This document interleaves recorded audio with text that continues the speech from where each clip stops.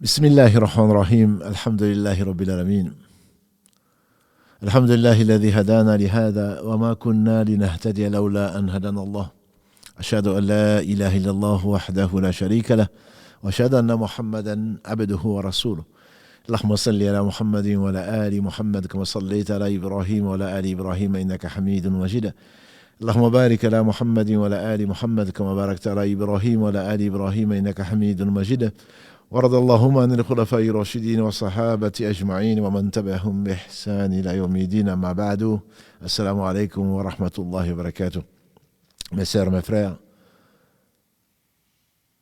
les louanges, les remerciements, les éloges appartiennent à Allah.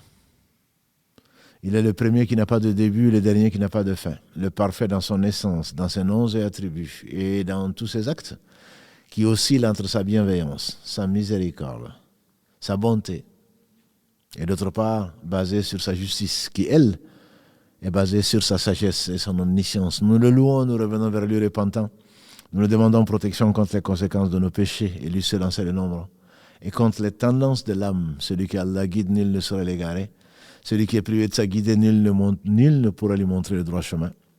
J'atteste donc de la véracité, de l'exemplarité de Mohammed et de sa prophétie. Qu'Allah bénisse ce prophète, sa famille, ses compagnons, et tous ceux qui l'auront suivi dans le droit chemin grâce à Allah, et qu'il nous fasse l'honneur d'en faire partie. Alhamdulillahi alladhi hadana li hada. Un verset de la sourate A'raf, sourate 7, quand les gens du paradis rentreront au paradis, ils sauront qu'ils ont adoré Allah et ils seront comblés. Et ils diront, louange à Allah qui nous a guidés vers cela. Cette guidée, même au paradis, ils remercient Allah subhanahu wa ta'ala de les avoir guidés. Cette guidée est de 4 sortes, disent les savants. La guidée naturelle, on dirait. Le fait que quand un animal naît, tout bébé, il ne va pas vers les choses toxiques. C'est les instincts, comme on l'appellerait. Une guidée qui est la guidée que nous demandons à Allah subhanahu wa ta'ala. Allah a guidé tout un chacun, et c'est l'une des sagesses pour lesquelles nous jeûnons le mois de Ramadan. Ramadan, c'est pendant le Ramadan qu'Allah a révélé le Coran, comme guider des gens, comme Allah le dit dans la sourate Al-Baqarah 2, verset 185. Shahru Ramadan alladhi unzila fihi al-Qur'an, hudan linas wa bayyinatin min al-huda wal furqan. On ne saurait jamais remercier Allah comme il se doit. C'est pour cela que celui qui peut supporter se doit de s'abstenir du manger, du boire, des relations conjugales, du lever de l'aube au coucher du soleil pour remercier Allah.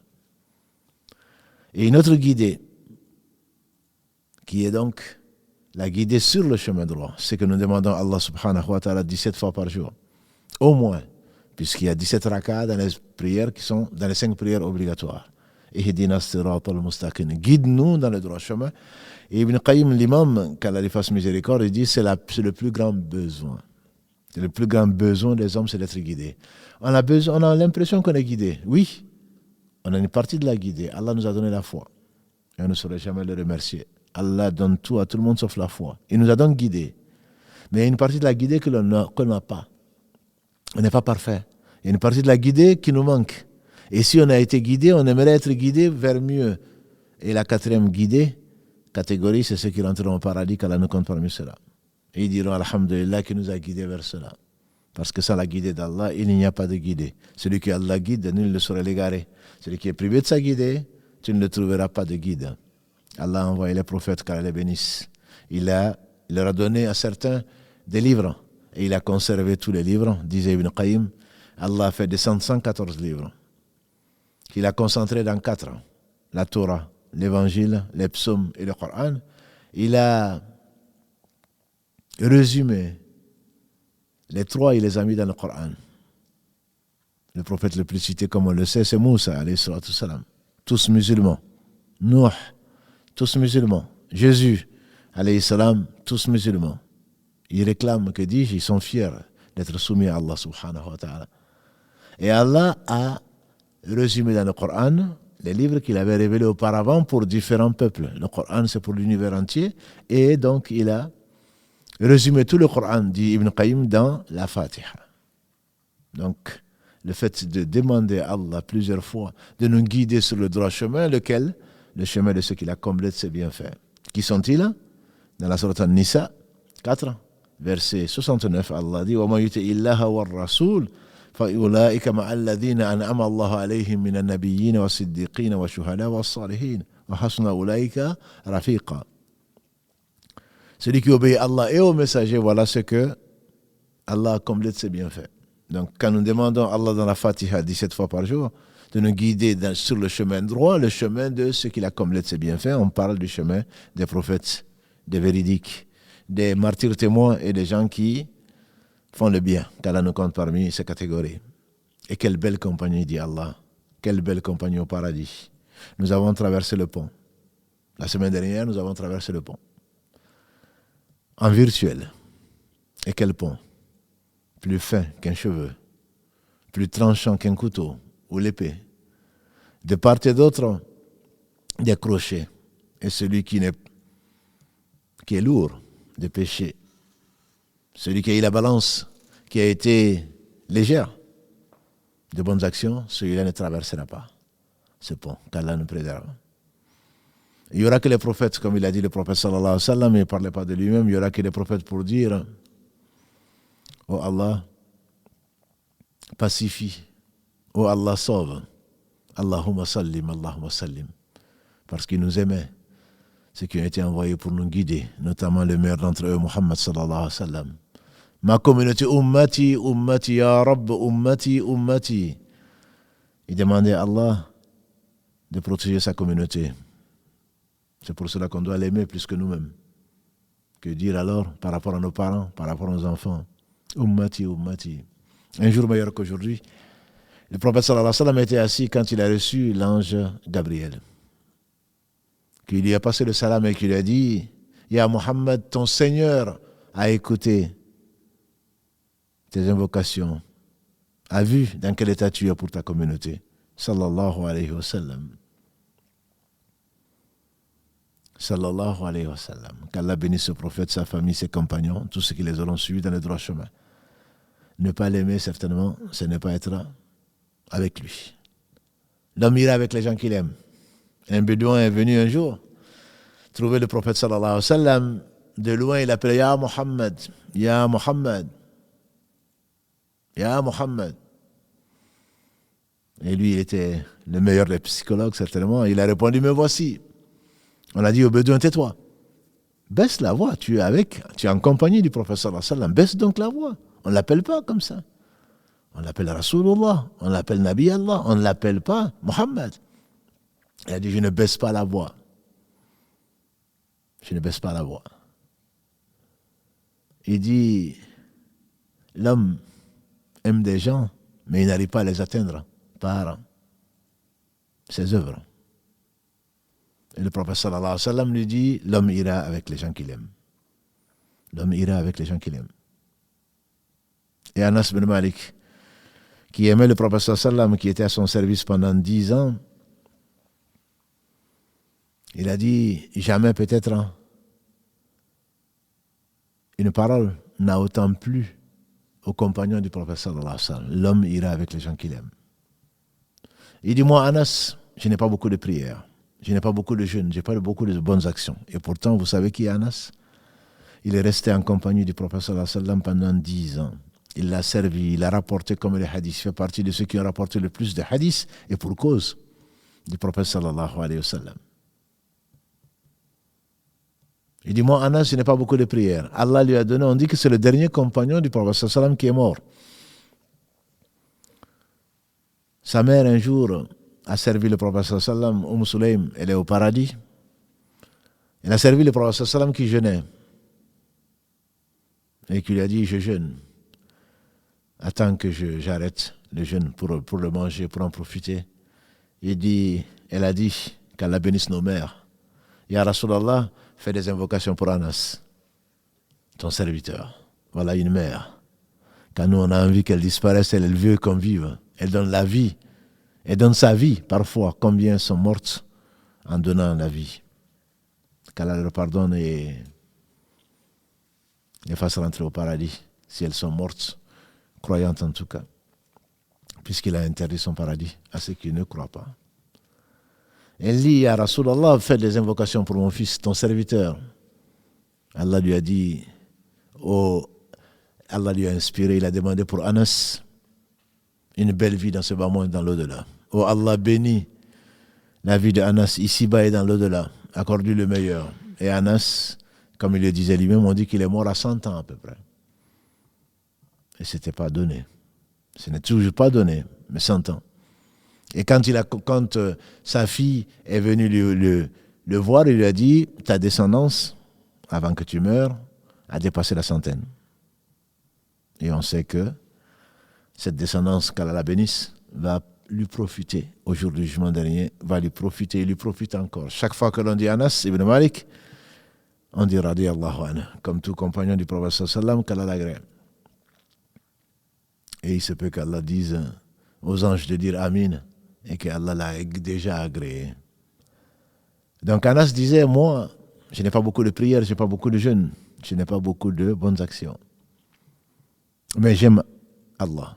J'aime le prophète sallallahu alayhi wa sallam, j'aime Abu Bakr, j'aime Omar. Donc nous, qu'est-ce qui nous reste, mes sœurs et mes frères? On ne les atteindra pas à la cheville. Mais si Allah met leur amour dans notre cœur, certainement qu'il va nous rassembler avec eux et ce sera au paradis, Inch'Allah. Alors, le pont sera jeté. La plupart des gens vont tomber. Les moins affectés seront les sincères. Et Allah subhanahu wa ta'ala va demander à Adam alayhi salam la part de l'enfer, de la faire sortir de sa descendance. Il dira, Seigneur, quelle est la part de l'enfer? On lui dira, sur 1000 de ses enfants, 999 pour l'enfer. L'enfer sera plein. Ils ne vont pas traverser le pont. Ceux qui vont traverser le pont, même à 4 pattes et qui seront égratignés, ils seront sauvés. Ceux qui n'ont pas de bonnes actions, puisqu'Allah n'accepte que si on l'adore sans rien lui associer, qu'on suit le chemin du prophète qui nous a été envoyé, il n'accepte qu'à cette condition. Ceux qui ont fait autre chose, qui n'ont pas cru à un seul prophète, ils n'ont pas d'action. Ils n'ont pas de bonnes actions le jour du jugement dernier. Ce qu'ils ont fait de bien, on le dira ici. Et dans l'au-delà, ils n'auront que ce qu'ils méritent. Allah aura tranché tous les différends.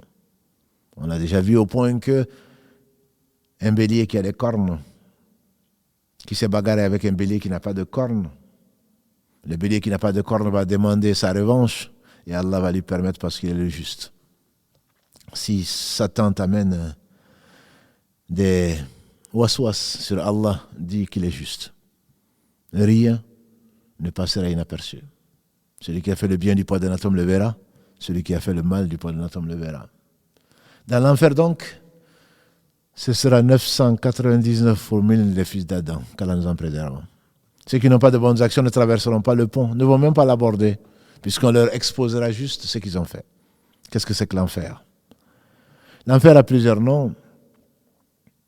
Mot à mot, ou de point de vue linguistique, on l'appelle Jahannam ou Nar. Un Nar, c'est le feu qui détruit tout. Il a d'autres noms. La Jehen, comme on le traduit en français, la Jehen, c'est l'enfer. On entend Hutama, un des noms. Wama adraka mal Hutama, Narullahi al-Muqada. Dans la sourate que vous connaissez. Wailul likulli humazatin lumaza. Malheur à tout calomniateur, tant par la langue que par les mimiques. Et Allah dit à la fin, Narullahi al-Muqada. Al-Hutama, il tombera dans al-Hutama, un des noms de l'enfer qu'Allah nous en préserve. On entend souvent Sa'ir, l'enfer brûlant. On entend souvent Hamiya. Wama adraka ma hiya, dans la sourate Qariya, Narun Hamiya. C'est un de ses noms. Et un de ses noms, c'est Saqar. Ma salakakum fi Saqar. Dans la sourate 74, Al-Muddathir. Quand les gens de l'enfer iront en enfer, qu'Allah nous en préserve, on va leur demander Ma salakakum fi Saqar. Verset 42 de cette sourate 74. Qu'est-ce qui vous a amené dans le feu Saqar? Il a d'autres noms encore. Ils diront Lam nakum minal musallin. Mes frères, mes sœurs, Lam nakum minal musallin, la première raison qu'ils vont donner, qui les a amenés dans le feu de l'enfer, ils diront, nous ne faisons pas partie des gens qui font la prière. Lam nakum minal musallin, ne faisait pas partie des gens qui faisaient la prière. Et ensuite, ils décriront le reste entre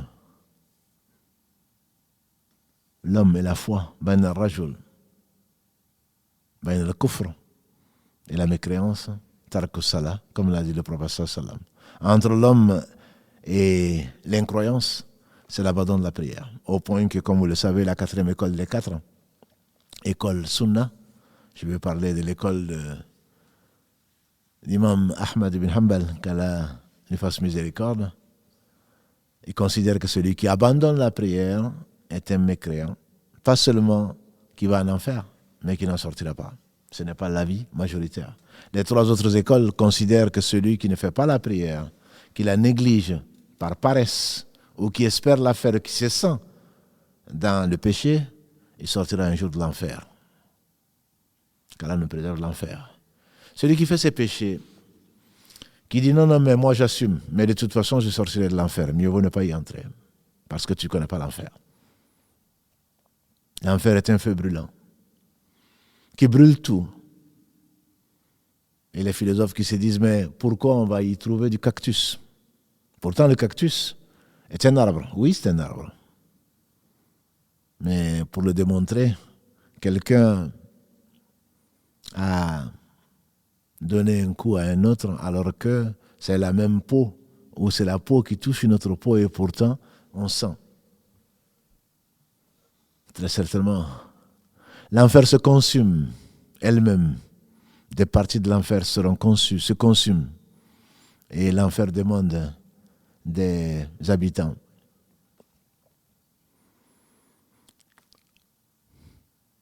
Qu'est-ce qui t'a amené dans le saqar? L'enfer est destiné à tous les injustes qui ne se sont pas repentis, parmi ceux qui ne croyaient pas, parmi ceux qui prétendaient avoir la foi alors qu'ils étaient hypocrites. Et les hypocrites seront au fin fond de l'enfer, comme Allah le dit dans la sourate Les Femmes, An-Nisa, verset 145.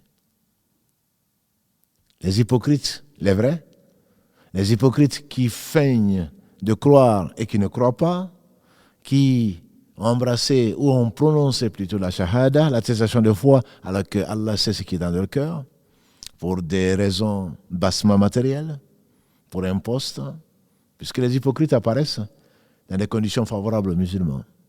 À la Mecque, il n'y avait pas d'hypocrite. Quand tu disais que tu étais musulman, le minimum, c'est que tu sois torturé. Certains sont morts à cause de la torture, pas parce qu'ils ont menti. Je pense à Ammar, son père et sa mère, Yasser et Soumeya, les deux premiers martyrs de l'islam à la Mecque, attachés jusqu'à ce qu'ils réunissent la foi à Mohammed sallallahu alayhi wa sallam. La première martyre, c'est Soumeya. Et avant elle, son mari. Ils l'ont torturé et ils ont refusé de renoncer à la foi, ne serait-ce que par la langue. Comme le dirait Héraclus, quand la foi rentre dans le cœur, elle n'en sort pas. Si vraiment elle rentre dans le cœur, si elle dépasse la langue. Et le prophète sallallahu alayhi wa sallam disait parfois à ses compagnons, les meilleurs des hommes après les prophètes, ô vous qui avez professé la foi par la langue, ça n'a pas encore atteint le cœur. Et Allah seul sait qui sont les sincères. Ne jure pas que tu es sincère. Si tu es sincère, ça se verra. Ça se verra au travers de tes actes. Alors, Yasser a été torturé jusqu'à la mort. Soumeya, qu'Allah agrée tous les deux, c'était à la Mecque, a été torturé jusqu'à la mort. Aucun des deux n'a renoncé à la foi. Bilal, on connaît les faibles, entre guillemets, de la Mecque. Ceux qui ont été faits esclaves, alors qu'Allah les a fait naître libres. Ils ont été torturés. Ils n'ont pas renoncé à la foi. Donc je disais que les hypocrites ne sont apparus que dans une situation favorable. Quelqu'un qui veut épouser un homme ou qui veut épouser une femme aura besoin, dans notre culture, aura besoin certainement de proclamer la foi pour qu'on accepte. Donc au moins qu'on lui donne une de nos sœurs. Et donc on peut le faire alors qu'en réalité Allah sait que les gens ne croient pas. Avec la complicité bien entendu de la personne qui veut être épousée. Et Allah sait tout. Qu'on craigne Allah. Qu'on craigne Allah. Qu'Allah bénisse celle qui a traversé et qui traverse encore probablement une situation difficile. Elle s'est mariée avec un homme qui prétendait avoir la foi alors qu'il ne l'avait pas. Peut-être qu'elle écoute ce live, je ne sais pas. En tout cas, je prie pour elle, priez pour elle. Elle a 3 enfants. Le jour où elle a réalisé qu'elle a fait un très mauvais commerce,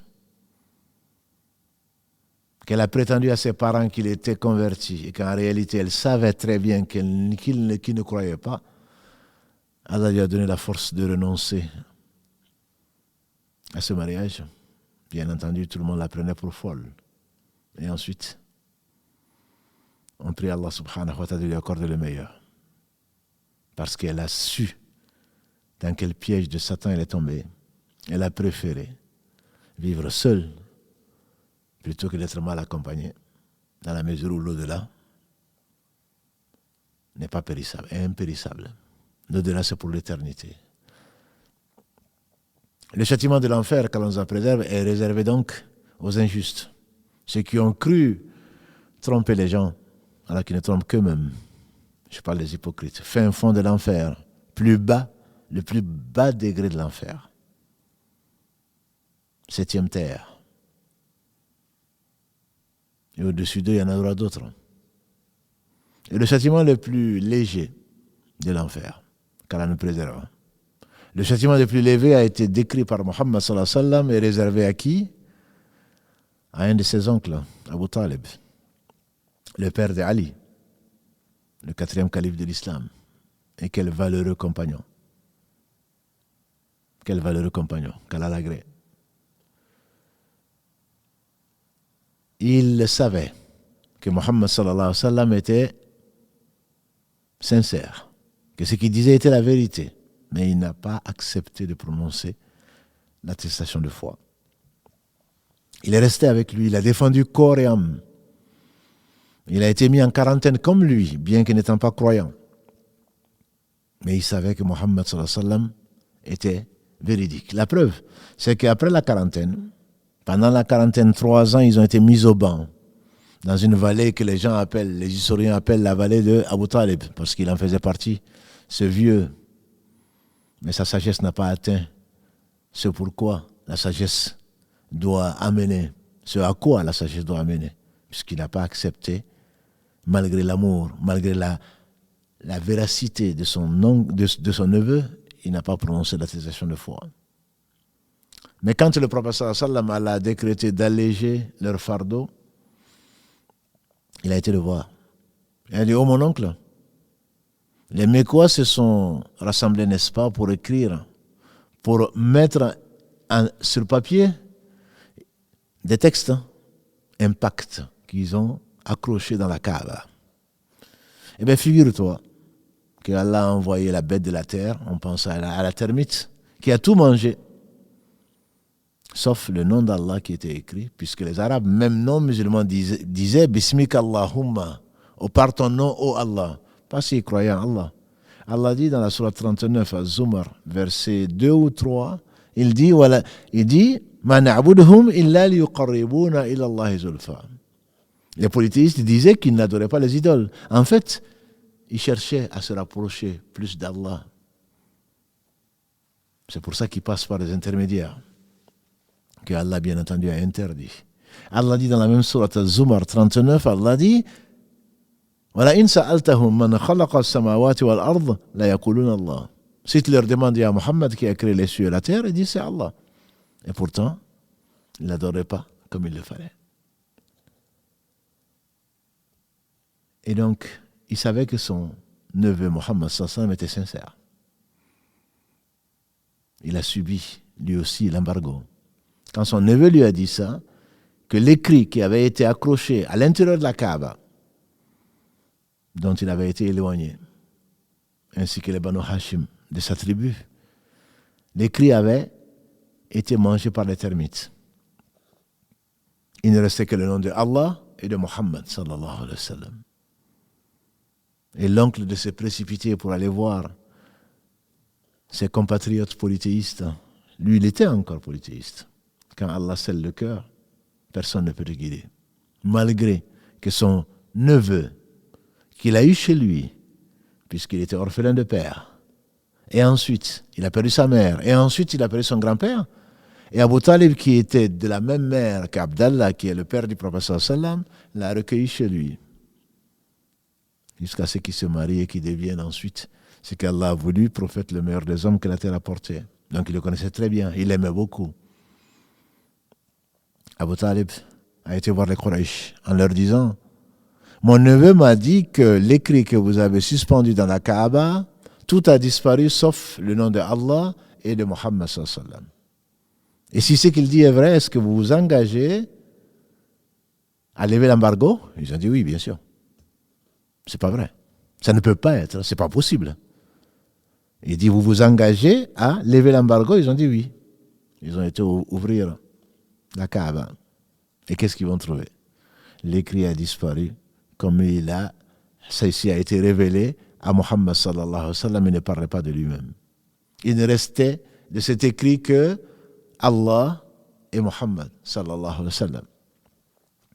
Comme il tenait parole, mais ça c'était avant. Comme les Arabes ne mentaient pas, ils ont levé l'embargo. Et c'est après cela que Allah subhanahu wa ta'ala a rappelé Abu Talib, mais non sans avoir inspiré son prophète sallam d'insister. Il a insisté jusqu'à la dernière heure. Mais Shaitan, sous la forme d'Abu Lahab et d'autres, ont dit, tu vas quand même pas me dire que tu vas croire à Mohammed et tu vas abandonner la région de tes pères. Et il est mort avec cette phrase: je crois à ce que mes pères m'ont laissé, et il est en enfer. Abu Talib, bien qu'il soit l'oncle du prophète sallam, Allah lui a révélé, il était triste, Mohammed sallam. Cet homme qu'il a aimé, qu'il a aidé, il était triste. Et il lui dit: oh mon oncle, dis seulement la ilaha illallah et j'abandonnerai tout le monde le jour du jugement dernier pour intercéder auprès d'Allah pour toi. Mais il n'a pas pu. Allah lui a révélé ce verset de la sourate 26, verset 46. Innaka la tahdi man ahbabt, walakin Allah yahdi man yasha. Ya Muhammad, ce n'est pas toi qui vas guider qui tu aimes, c'est Allah qui guide qui il veut. Qu'Allah nous guide. Sinon, le père d'Ibrahim ne sera pas en enfer. Le père d'Ibrahim, un fabricant d'idoles, Ibrahim étant l'un des deux que Allah a aimé le plus parmi les hommes, avec son descendant Muhammad sallallahu alayhi wa sallam. Wa takhadha Allahu Ibrahim khalila, dit Allah dans la sourate, encore, les femmes, sourate Nisa. Wa takhadha Allahu Ibrahim khalila, Allah a pris Ibrahim comme rapproché, comme son ami intime, on traduirait mot à mot. Et ce Seigneur subhanahu wa ta'ala a voulu, dans sa justice, qu'Abu Talib soit en enfer. Il est en enfer, mais c'est celui qui, grâce à l'intercession du prophète sallam, pas pour le faire sortir de l'enfer, puisque inna Allah la yaghfir an yushraka bihi wa yaghfiru ma duna dhalika liman yasha. Allah ne pardonne pas qu'on lui associe quoi que ce soit. En dehors de ça, il pardonne à qui il veut. Sourate, encore les femmes, 4. An-Nisa, verset 48. Et dans un autre verset, 116 de la même sourate, Allah dit exactement la même chose. Wa sadaqallah. Il ne sortira pas de l'enfer. Mais il aura, le prophète sallam, il a dit, à cause de son intercession, l'intercession de son neveu Mohammed sallam, Allah a allégé son châtiment. Et vous connaissez son châtiment? Le châtiment le plus léger de l'enfer. Il a dit, ces 2 pieds sont dans une mare de feu 70 fois plus chaud que le nôtre, de ce bas monde.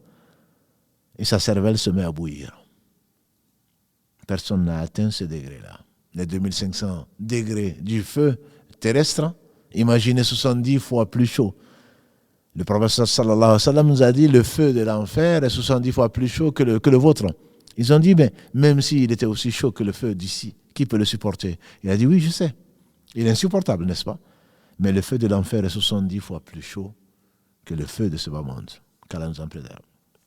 C'est pour cela quand tu dis non, non, c'est l'enfer. La situation que tu vis, c'est que tu ne connais pas l'enfer.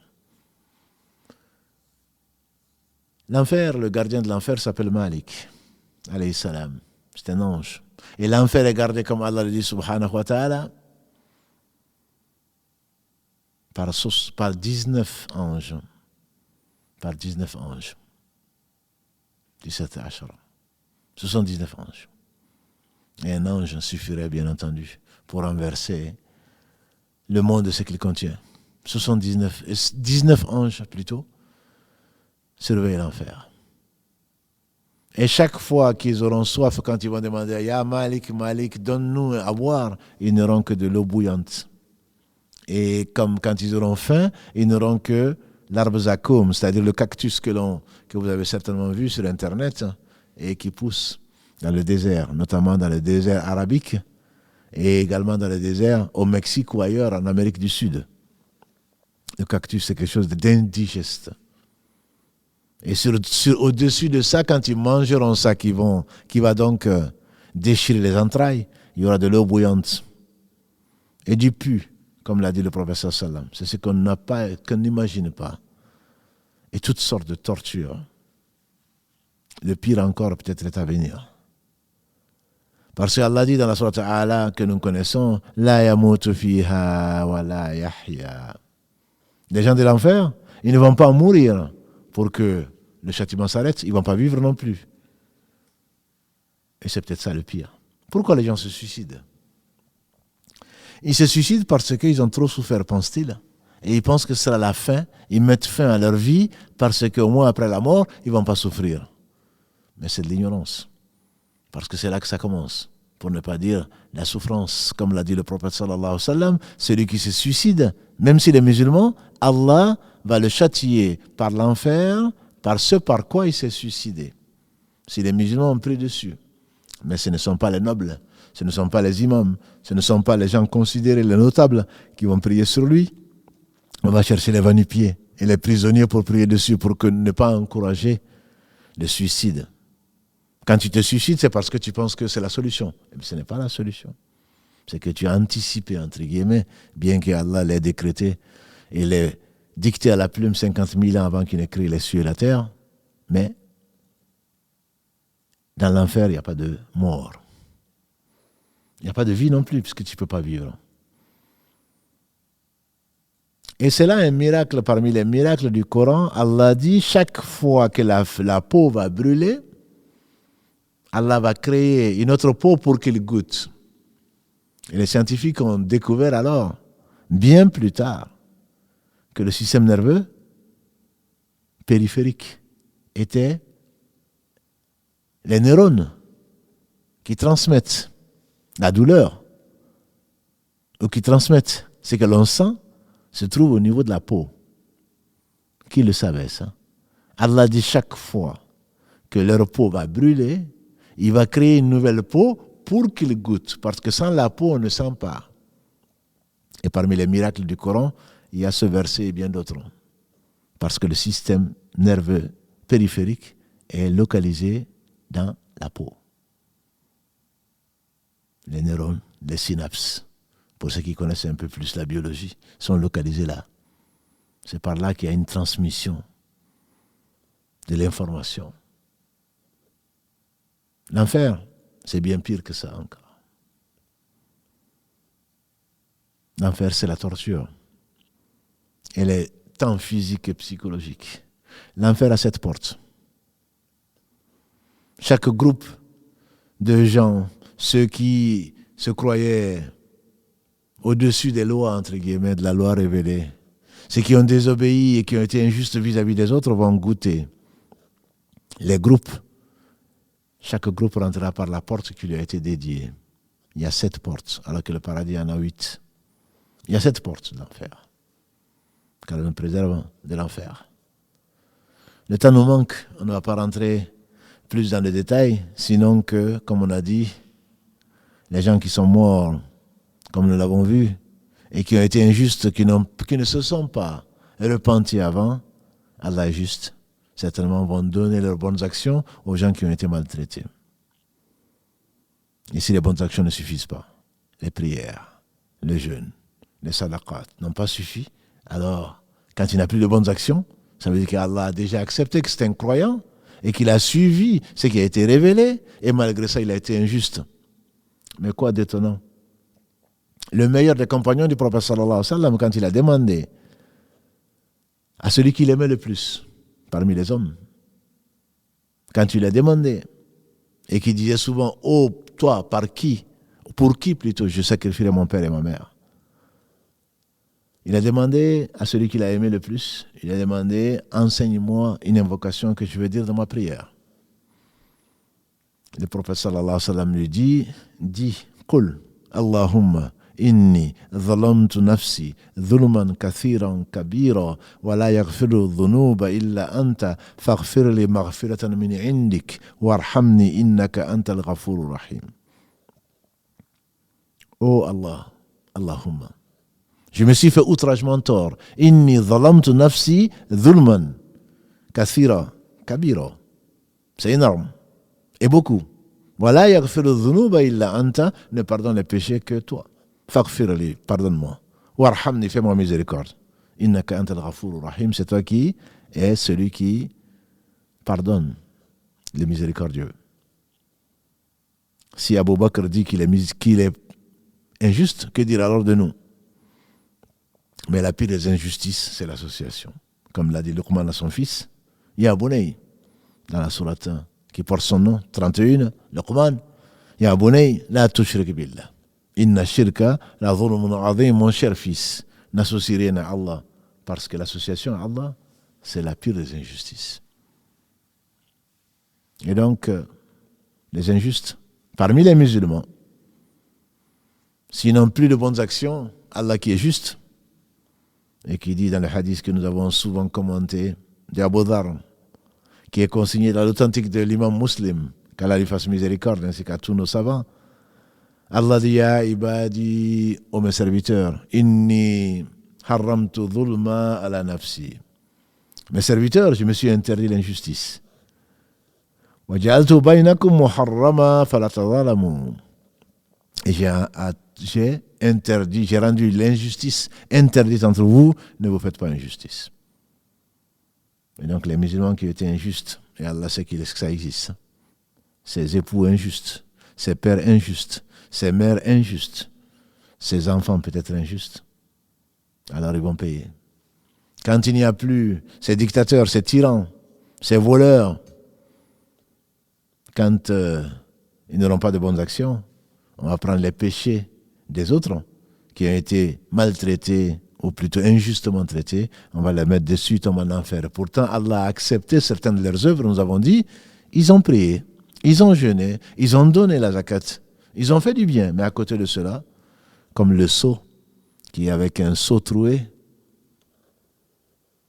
qui va aller chercher de l'eau, avec un seau troué. Il remplit le seau avant de revenir, comme le seau est troué, l'eau coule, et il revient, il n'a pas d'eau.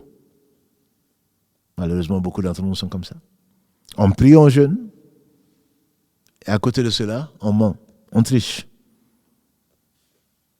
On n'est pas bon on n'a pas de bon comportement. Et celui qui n'a pas de bon comportement, il risque de payer, notamment avec les parents. Et ça, on en parlera, Inch'Allah, le samedi. Et donc le pauvre, c'est celui qui viendra au jour du jugement dernier avec beaucoup de prières, beaucoup de jeûnes, beaucoup de bonnes actions, et il ne passera pas le pont. Il sera attiré vers le fond, qu'Allah nous préserve, même s'il en sortira, Inch'Allah. Il en sortira, Inch'Allah, quand il aura brûlé. Quand il aura brûlé, cramé.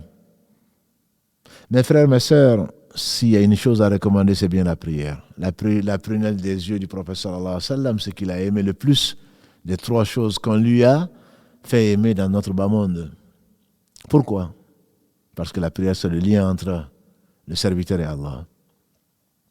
Si vous en voulez une preuve de l'importance de la prière, c'est l'acte le plus aimé d'Allah. C'est la première chose sur laquelle l'homme sera interrogé.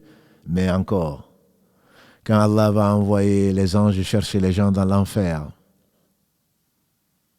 qu'est-ce qu'il va leur dire? Cherchez mes serviteurs qui ont prié. Et on va reconnaître le serviteur qui a cramé dans l'enfer par les traces de la prière qu'Allah a interdit au feu de brûler. C'est-à-dire, il y a 7 endroits, comme l'a dit le prophète sallallahu alayhi wa sallam, qui se prosternent, qui doivent toucher le sol. Il a montré le front et le nez, qui font 1, les 2 mains, les 2 genoux et les 2 pieds ou les orteils. Le feu va tout brûler sauf ces parties-là. Allah a interdit au feu de les brûler. Alors ils viendront reconnaître les prieurs parmi eux et on va les faire sortir. Et ensuite, Allah subhanahu wa ta'ala va permettre aux croyants, aux prophètes d'intercéder. L'intercession, on en a souvent parlé, à 2 conditions. Allah dit dans le verset que nous connaissons tous, de la sourate al-Baqarah, ayat al-Kursi, verset 255, Man dhalladhi yashfa'u indahu illa bi'idhni. Qui peut intercéder auprès de lui sans sa permission? Pour intercéder, il faut la permission d'Allah. Et pour intercéder, il faut qu'on puisse intercéder pour celui qui est monothéiste, qui est mort avec la ilaha illallah. Et dans notre communauté, Muhammad Rasulullah, Isa Rasulullah, Nuh Rasulullah, Ibrahim Rasulullah, sallallahu alayhi wa sallam ajma'in. Et celui-là, quel que soit ce qu'il a fait, Allah permet, quand il veut, que les intercesseurs intercèdent. Ce sont les 2 conditions. Que Allah l'accepte, on ne peut pas intercéder sans sa permission. Que Allah permette à la personne d'intercéder parce qu'elle va intercéder pour quelqu'un qui est mort avec le tawhid, qui est mort avec la ilaha illallah, pas seulement sur la langue. Celui dont le dernier mot est la ilaha illallah, dit le prophète sallallahu alayhi wa sallam, rentrera au paradis, même si c'est après un certain temps, certainement. Parce qu'il est passé par l'enfer, celui-là. Et ils sont nombreux ceux qui vont passer par l'enfer. Et alors, Allah va permettre aux prophètes d'intercéder, Muhammad et ses frères avant, alayhim salatu wassalam. Il va permettre aux martyrs d'intercéder parmi les croyants pour faire sortir des musulmans et des croyants qui sont morts injustes, sans s'être repentis. Allah va permettre aux autres croyants d'intercéder. Allah va même permettre aux anges d'intercéder. Et ensuite, Allah va permettre, lui-même va intercéder. Allah dira dans le hadith qui a été rapporté par l'imam Muslim, les prophètes ont intercédé, les anges ont intercédé, les croyants ont intercédé. Maintenant, il ne reste plus que le plus miséricordieux des miséricordieux d'intercéder. Allah va plonger sa main dans l'enfer, comme ici à Sa Majesté, il va sortir les gens qui n'ont pas de bonnes actions. Sauf la foi, certainement, puisque celui qui n'a pas de foi ne sortira pas de l'enfer. Et le dernier qui sortira de l'enfer, il va rentrer au paradis. Le dernier qui sortira de l'enfer, puisque les autres ne sortiront pas. Celui qui meurt en ayant associé quoi que ce soit à Allah, en ayant adoré ses passions, celui-là ne sortira pas de l'enfer. L'enfer existe déjà. L'enfer existe déjà. Le prophète sallallahu alayhi wa sallam, quand lors de la prière, la seule prière qu'il a faite de l'éclipse, salat al-Kusuf, c'est la seule prière dans laquelle il a dit Allahu Akbar, il a prié du Coran ce qu'Allah sait. Ensuite, il a fait le record, la génuflexion. Il a dit Sami Allahu liman hamida, il s'est relevé. Et à nouveau, il a fait le record. C'est la seule prière où il a fait 2 génuflexions. Et il s'est relevé à nouveau. Sami Allahu liman hamida. Loué Allah comme Allah l'a voulu. Ensuite, il s'est prosterné 2 fois. Ensuite, il s'est relevé entre-temps. Ne me demandez pas combien c'était beau, combien c'était long. L'éclipse, donc, a pris fin. Alors qu'il était en train de prier, on l'a vu s'avancer. On l'a vu s'avancer. Et quand il a fini la prière, il a dit, vous m'avez vu m'avancer, n'est-ce pas? Le paradis m'a été montré. Et j'ai tendu la main pour prendre une grappe de raisin. Si j'avais pu l'attraper, simplement, on ne m'a pas permis de le faire. Si j'avais pu le faire, vous en aurez mangé jusqu'à la fin du monde. Une seule grappe de raisin du paradis. Qu'Allah nous accorde le paradis. Et on m'a montré l'enfer. Allah qui priait. Je n'ai jamais vu quelque chose d'aussi horrible que l'enfer.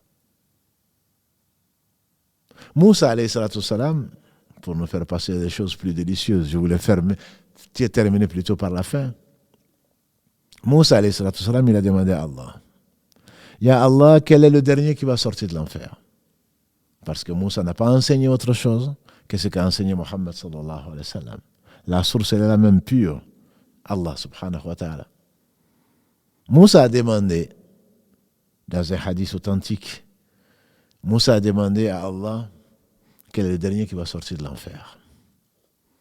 Allah lui dit c'est quelqu'un qui va sortir, qui va brûler, ensuite il va sortir. Quand ils vont sortir, ils vont passer dans l'eau de vie. On appelle ça l'eau de vie. Bien entendu, pas celle à laquelle vous pensez. L'eau de vie étant, en français, l'eau alcoolisée. Non. Dans l'eau de vie, c'est que tremper dedans, ça redonne la vie. Et celui-là, Allah va dire rentre au paradis. Pensant que tout le monde est rentré, il est le dernier. Donc pour lui, il n'y a plus de place, tout le monde a tout pris. Parce qu'il ne connaît pas Allah. Il ne connaît pas le paradis. Allah va dire rentre au paradis. Est-ce que tu serais content d'avoir ce qu'un roi de ce bas monde peut avoir? Il dit oui, bien sûr. Allah lui dit, tu as 2 fois plus. Avant qu'il ne parle, Allah lui dit, tu as 3 fois plus. Allah lui dit, tu as 4 fois plus. Allah lui dit, la 5e fois, tu as 5 fois plus. Il dit, j'accepte, peut-être de crainte que Allah ne diminue. Allah va lui dire, tu as cela et 10 fois plus. 10 fois plus. On dira donc 15. 10 fois plus que ce qu'un roi peut avoir de ce bas monde-là. Et dans une autre version, Allah subhanahu wa ta'ala va dire au dernier qui va rentrer, va au paradis. Il va dire, Seigneur, j'ai trouvé que le paradis est plein. Comment toi qui es le Seigneur du monde, tu vas te moquer de moi alors que le paradis est plein? Il s'imagine que c'est plein. Allah va dire, va au paradis. Et imagine avant d'y aller. Réfléchis, fais des vœux. Qu'est-ce que tu souhaiterais y trouver? Il va faire des vœux. Il va souhaiter avoir ce qu'il va souhaiter avoir. Et il va oublier. Et Allah va lui inspirer des choses qu'il a oubliées. Et Allah va dire, rentre et tu as 10 fois plus que tout ce que tu as imaginé. Le paradis, il est au-dessus du 7e ciel. Le prophète sallallahu alayhi wa sallam, quand il a été honoré, après avoir été éprouvé comme personne d'autre, on a dit après la mise en quarantaine, Allah l'a élevé au-dessus des 7 cieux et Allah lui a montré le paradis. Le paradis, il est au 7e ciel, au-dessus du 7e ciel. Le paradis a 8 portes. Mais personne n'y rentre avant Muhammad sallallahu alayhi wa sallam. Il nous a dit, nous qui sommes les derniers arrivés de la communauté des hommes, nous serons les premiers qui rentreront au paradis, qu'Allah nous compte parmi ceux-là. Quand il a dit, quand on va dire, oh Adam, fais sortir de ta progéniture la part de l'enfer, et quand on lui dira quelle est la part de l'enfer, quand on dira 999 sur 1000, il a dit c'est le jour où le bébé aura les cheveux blancs. Il aura les cheveux blancs de peur. Et il a récité un verset de la sourate 73, Al-Muzammil. Allah dit dans cette sourate, فَكَيْفَ تَتَّقُونَ إِن كَفَرْتُمْ يَوْمًا يَجْعَلُ الْوِلْدَانَ شِيبًا السَّمَاءُ مُنْفَطِرٌ بِهِ كَانَ وَعْدُهُ مَفْعُولًا. Comment vous osez me croire le jour où l'enfant, le bébé, aura les cheveux blancs? Que dire alors des adultes? Alors, les compagnons, ils ont eu peur parce qu'ils y croyaient. Ibn Mas'ud, on lui fait dire, vous et nous, c'est-à-dire la génération, pourtant qui est la 2e meilleure génération, la différence c'est que vous avez beaucoup de... Les versets, vous les avez tous. Nous, on ne les avait pas avant. Vous avez beaucoup de dires du prophète sallallahu alayhi wa sallam. Entre vous et nous, la différence c'est que nous, on croit en l'au-delà. Il a bien raison. Comment vous aurez aimé croire, désobéir à Allah? Le jour où les cheveux du bébé seront blancs de peur. Et les compagnons, ils ont eu peur parce qu'ils croyaient en l'au-delà.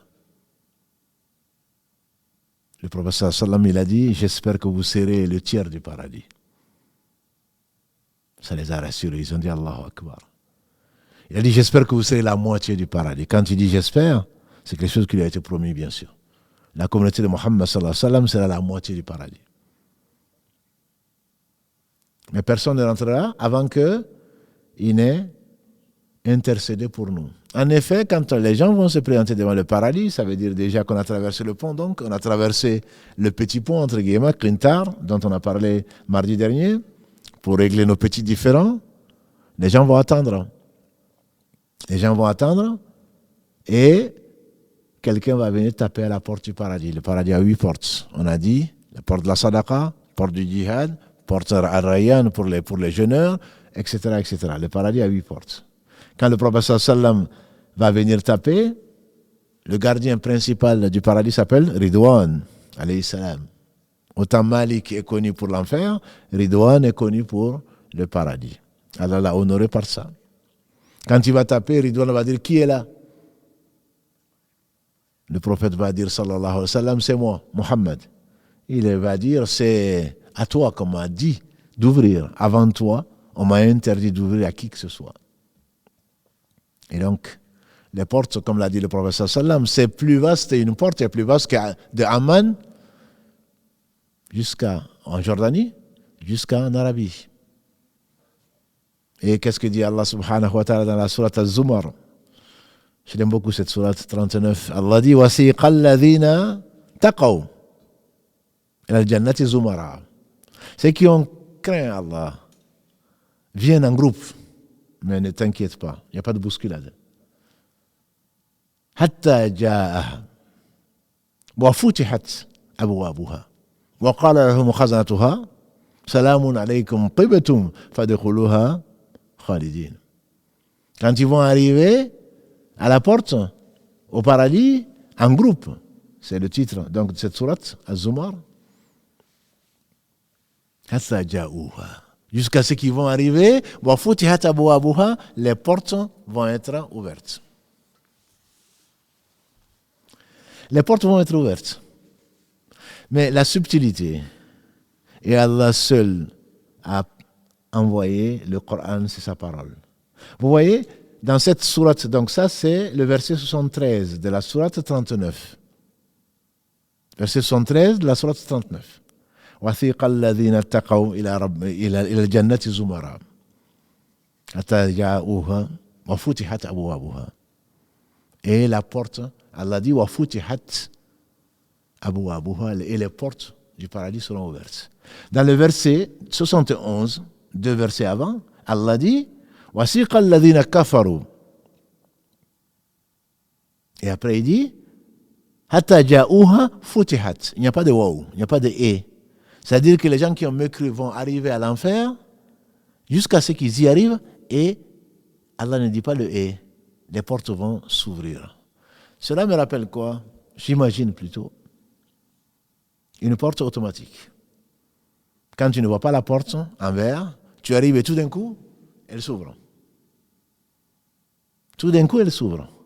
Et l'enfer va happer les gens. Il n'y a pas de retour. Ils ont été surpris. Et le souffle de l'enfer va happer les gens qui l'ont mérité. Quant au paradis, verset 73, Allah dit حَتَّى جَاءُوهَا وَفُتِحَتْ أَبْوَابُهَا, et les portes seront ouvertes. Le et, disent les savants, qui est la différence. Alors que l'enfer, Allah ne parle pas de وَفُتِحَتْ, Allah dit فُتِحَتْ أَبْوَابُهَا, les portes seront ouvertes. Et là, pour le paradis, il dit حَتَّى جَاءُوهَا وَفُتِحَتْ أَبْوَابُهَا, et les portes seront ouvertes. La différence, c'est quoi? C'est qu'avant qu'ils n'arrivent, les portes seront ouvertes. Et qu'ils ne seront pas surpris. Parce qu'Allah est bon, parce qu'Allah est miséricordieux. Il ne veut pas qu'il y ait la moindre crainte, le moindre trouble de ceux à qui il a permis de l'adorer. Et les portes seront ouvertes. Et les gens rentreront. Le paradis, comme on le sait, il a 8 portes. Le paradis a 100 degrés. Le paradis existe, comme je vous ai dit, dans la Salat Kusuf. Le prophète sallam, dans la salle de l'éclipse, il a voulu prendre une grappe. Mais il n'y a pas que ça.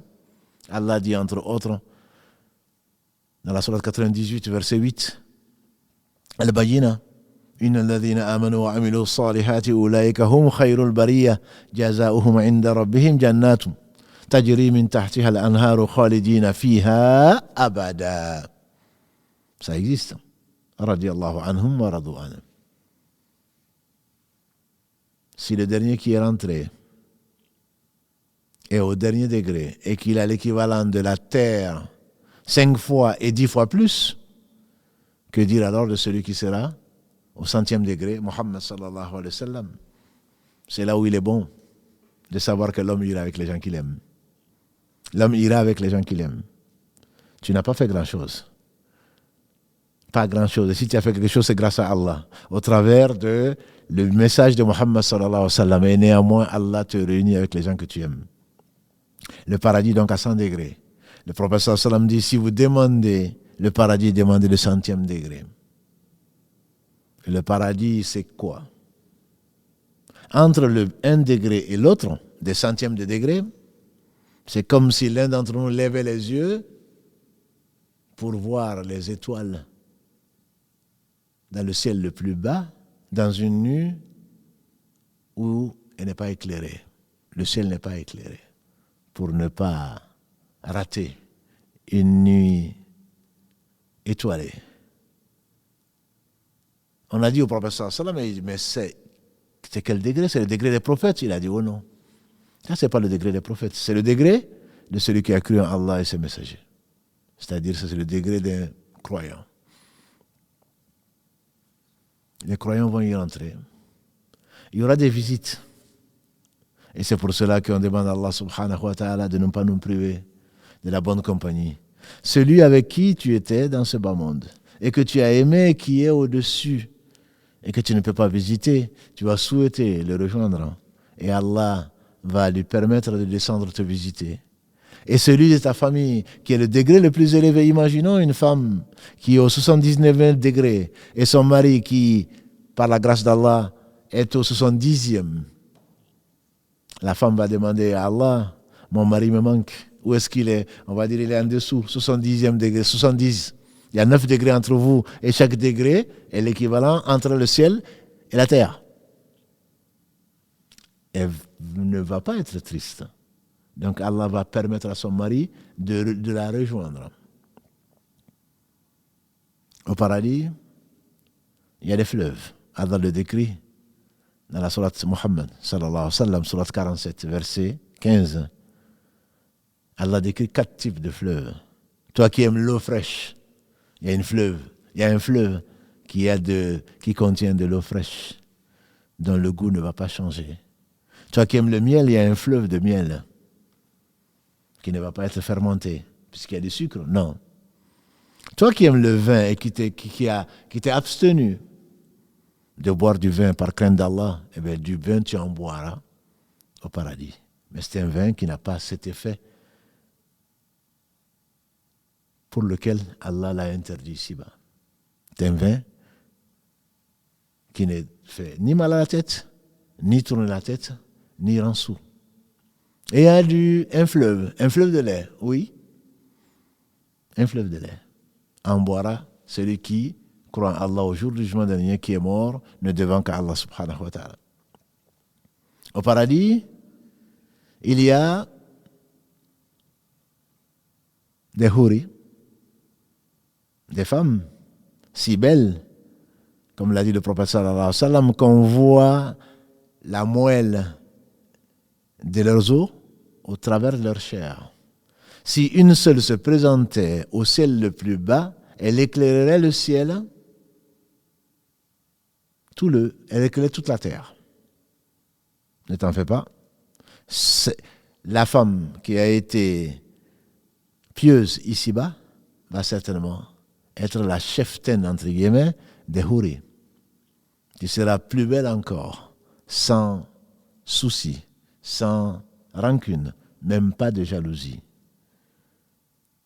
On imagine, mais comment cela peut-il se faire? C'est facile à Allah. Celui qui t'a créé et qui t'a donné pour te tester ces sentiments de jalousie que tu as, grâce à lui, dominé, va enlever ces sentiments-là. Ce jour-là, les gens qui rentreront au paradis, car on compte parmi ceux-là, ils auront 60 coudées.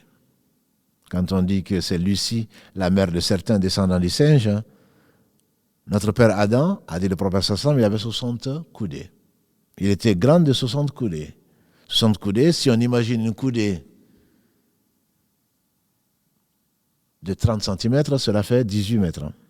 Oui, oui. Et ce sera bien proportionné. Et les gens rentreront à 33 ans. L'aspect qu'ils auront à 33 ans, c'est à 33 ans que Jésus, alayhi salam, a été élevé par Allah. Et il reviendra et il mourra à 40 ans. 7 ans qu'il va passer avec eux, parce qu'on espère ne pas être là, parce que ce sera l'un des signes de la fin du monde. Et Anas disait qu'à l'Alagré, il ne parlait pas. Bien sûr, il rapportait ce qu'il a entendu le meilleur des hommes dire. Anas dit qu'au paradis, il y a, le vendredi, les gens vont aller, il y a un marché. Il y a un marché. Et il y a un vent qui souffle et qui va toucher les vêtements et bien sûr la peau des gens quand ils vont retourner chez eux. Leurs femmes vont dire, mais vous êtes encore beaucoup plus beaux. Et ils vont trouver leur femme si belle, mais vous aussi. Allah va appeler les gens du paradis. Aux gens, on va leur dire aux gens,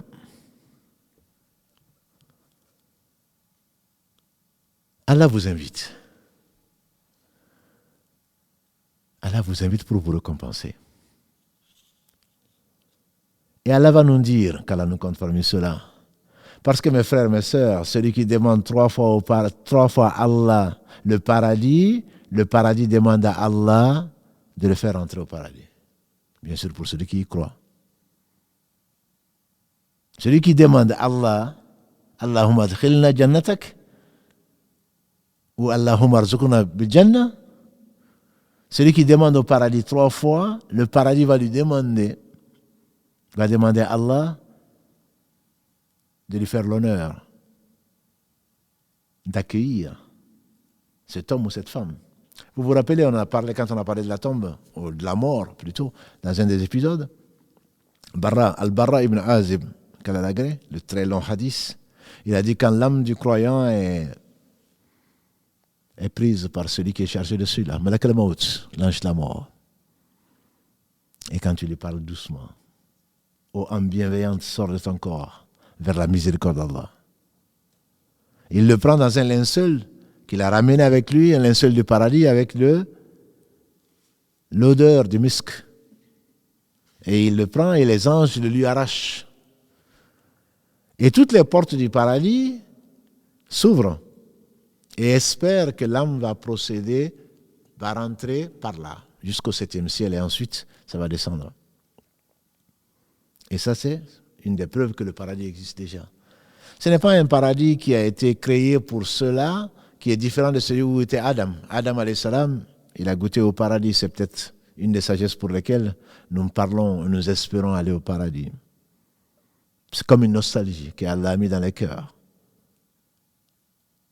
Allah va dire aux les gens, on va dire plutôt aux les gens, Allah vous invite pour vous récompenser.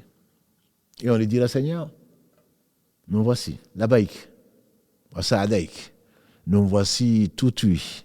Nous voici précipités vers toi, Seigneur. Précipités pour répondre à ton appel. Allah va nous demander, est-ce que vous êtes satisfait? Et dans une version, les gens diront, comment ne pas être satisfait, Seigneur? Tu nous as fait rentrer au paradis. Tu nous as épargné l'enfer. Allah dit, je suis satisfait de vous. Plus jamais je ne serai courroucé contre vous. Et dans la version d'Abu Huraira, quand Allah va appeler les gens, il va leur dire, vous êtes vivants, vous ne mourrez plus jamais. Vous êtes en bonne santé, plus jamais vous ne tomberez malade. Et vous êtes heureux, plus jamais vous ne serez malheureux. Le paradis, c'est l'endroit où on ne va pas se bousculer. Ce n'est pas un T4 ni un T5. Pour ne pas le souhaiter, même à son pire ennemi, qu'Allah le guide. Si par toi a dit Muhammad sallallahu alayhi wa sallam à Ali, le jour de Khaybar, ils ont essayé de prendre Khaybar, de Khaybar. Ils n'ont pas réussi. Et le prophète sallam a dit, demain, je donnerai l'étendard à quelqu'un qui aime Allah et que Allah aime. Quelqu'un qui aime quelqu'un qui est Allah et son messager, et que Allah et son messager aiment.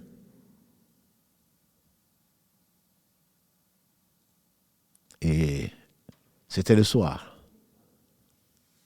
Et tout le monde espérait être celui-là. Omar ibn Khattab Kalalagré, il disait, je n'ai jamais aimé le pouvoir si ce n'est ce jour-là. C'était pas comme nous. Les gens en rêvent. Parce que le pouvoir, c'est une amana. C'est une responsabilité sur laquelle tu seras interrogé. Tout est administré. Vont témoigner, on espère pour toi ou contre toi. Et Ali, le prophète sallam dit, où est Ali? On dit qu'il est malade, il a la conjonctivite, l'équivalent de la conjonctivite. Il a dit, appelez-le. On a su que Allah aimait et son prophète aimait Ali, et Ali aime Allah et son prophète, on n'a pas douté. Il a donné l'étendard et il a dit, qu'est-ce que tu as? J'ai mal aux yeux. Et il a sorti de sa salive, qu'il a mis dans ses yeux, mieux qu'un collier. Ali dit, j'ai vu, grâce à Allah, au travers de cette salive, je voyais encore mieux qu'avant ma maladie. Il a dit, Ali, marche doucement, appelle-les à l'islam. Wallahi, comme il a dit, si par toi, Allah guide quelqu'un, c'est mieux pour toi que les chameaux roux. Les chameaux roux sont les choses les plus précieuses des Arabes, en tout cas d'avant. Aujourd'hui, ils préfèrent peut-être les voitures de luxe. Mais un bédouin, si tu lui trouvais un chameau roux, il était plus qu'heureux. La preuve, c'est qu'un jour meilleur qu'aujourd'hui, le meilleur des hommes, qui avait vu le paradis, il a décrit le paradis, ce qu'il y avait. Il y a un arbre, dit le prophète sallam, sous l'ombre duquel un cavalier sur un cheval de course met plus de 100 ans à traverser l'ombre sur son cheval. Il y a ceci, il y a cela, des mets. Il y a à boire, à manger, à profusion. Il y a tout ce que tu veux. Et il y avait un bédouin qui était assis et qui était triste. Et le prophète sallam, il a été interrogé par le bédouin, Ya Rasulallah, sallallahu alayhi wa sallam, est-ce qu'il y a des chameaux? Alors qu'on venait de lui raconter tout ce qu'il y a au paradis. Est-ce qu'il y a des chameaux? Le prophète sallam, qu'est-ce qu'il a répondu? Il a répondu mieux que ce qu'on peut penser. Il n'a pas dit oui, il y a des chameaux. Il a dit il y a tout ce que tu veux. Donc ne te mets pas à compter ce qu'il n'y a pas. Il y a tout ce que tu veux. Souhaites-tu manger de la chair, de ceci ou de cela? Elle vient à ton niveau, déjà prête à manger. Souhaites-tu boire quoi que ce soit? C'est le nectar cacheté, comme Allah le promet dans la sourate 83. Les fraudeurs, al-mutafifin. Tu souhaites quoi que ce soit, tu manges, tu bois. Le prophète sallam m'a dit, il n'y a pas de choses toxiques. Il n'y a pas de fesses, il n'y a pas d'urine. Tu manges à volonté sans, bien entendu, avoir un surpoids, ni de l'indigestion. Et tout ce qui doit sortir sort comme sous la forme d'une sueur, a dit le prophète sallam, qui sent du musc. Il n'y a pas d'urine, il n'y a pas de fesses, il n'y a pas de morve, il n'y a pas de salive. Et vois-tu, il n'y a même pas de prière. La prière, c'est pour te tester, pour te rapporter, pour te purifier ici-bas. Il n'y aura même pas de prière que tu peux imaginer, je vais me fatiguer. Non, il n'y a pas de prière. Du jour à la nuit au jour, la respiration des croyants qui seront au paradis, car on nous compte parmi eux, sera Subhanallah, Alhamdulillah, La ilaha illallah, Allah Akbar, c'est le dhikr. Alors toi qui es habitué à le faire ici, quels sont les meilleurs? On a demandé au prophète sallam, ici-bas, quels sont les meilleurs? Il a dit, c'est Adhakirin Allah kathira, à la fin du hadith. Il dit, c'est ceux qui se rappellent le plus Allah. N'est-ce pas que ce monde est maudit? a-t-il dit, alayhi salatu wassalam, ala ad-dunya mal'unatun, mal'unun ma fiha illa dhikra Allah wa ma wala, wa aliman wa muta'alliman. Allah dit, ce monde, le prophète sallam dit, ce monde n'est-il pas maudit? Maudit n'est-il pas? Allah, bien sûr que la réponse est oui. Ce monde n'est-il pas maudit? Maudit tout ce qu'il contient, sauf le rappel d'Allah, le dhikr, l'évocation d'Allah. Cela ne veut pas dire que tu ne travailles pas ou que tu passes ton temps à tricher ou à manger ce qu'on vient te donner, que tu es avec ton chapelet. Le dhikr, c'est tout. Le dhikr, c'est tout. Ce n'est pas une formule particulière que tu vas choisir, sauf qu'Allah va t'inspirer dans tout ce que tu fais te rappeler Allah. N'est-ce pas que ce monde est maudit? Maudit ce qu'il contient, sauf le rappel d'Allah et ce qui peut lui être assimilé. C'est quoi? On dit le Coran, la prière, le jeûne, etc. etc. Wa aliman, un savant qui enseigne les héritiers des prophètes, alayhim salatu wassalam. Wa muta'alliman, tu n'es pas moindre quand tu apprends. Le prophète sallam n'a-t-il pas dit idha arada Allah bi abdin khayra yufaqihu fi din. Quand Allah aime du vœu du bien pour quelqu'un, il fait comprendre sa religion. Comment tu vas comprendre ta religion si tu n'apprends pas?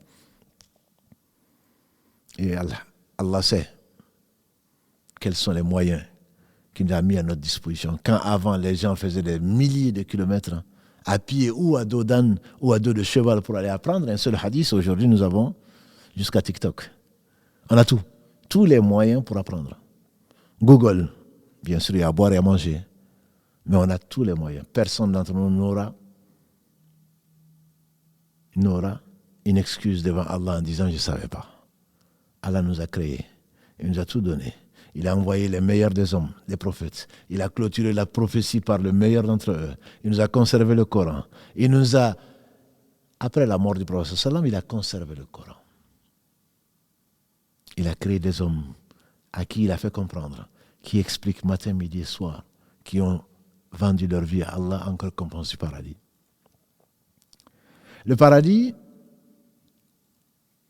le prophète sallam nous a dit, d'après le hadith d'Abu Huraira, qu'Allah agrée, que Allah subhanahu wa ta'ala dit, le paradis, c'est ce que j'ai préparé plutôt pour mes serviteurs, ce qu'aucun œil n'a vu, ce qu'aucune oreille n'a entendu parler, dont même l'imagination n'est passée dans l'esprit de personne. Et le prophète sallam dans ce hadith, il l'accompagne.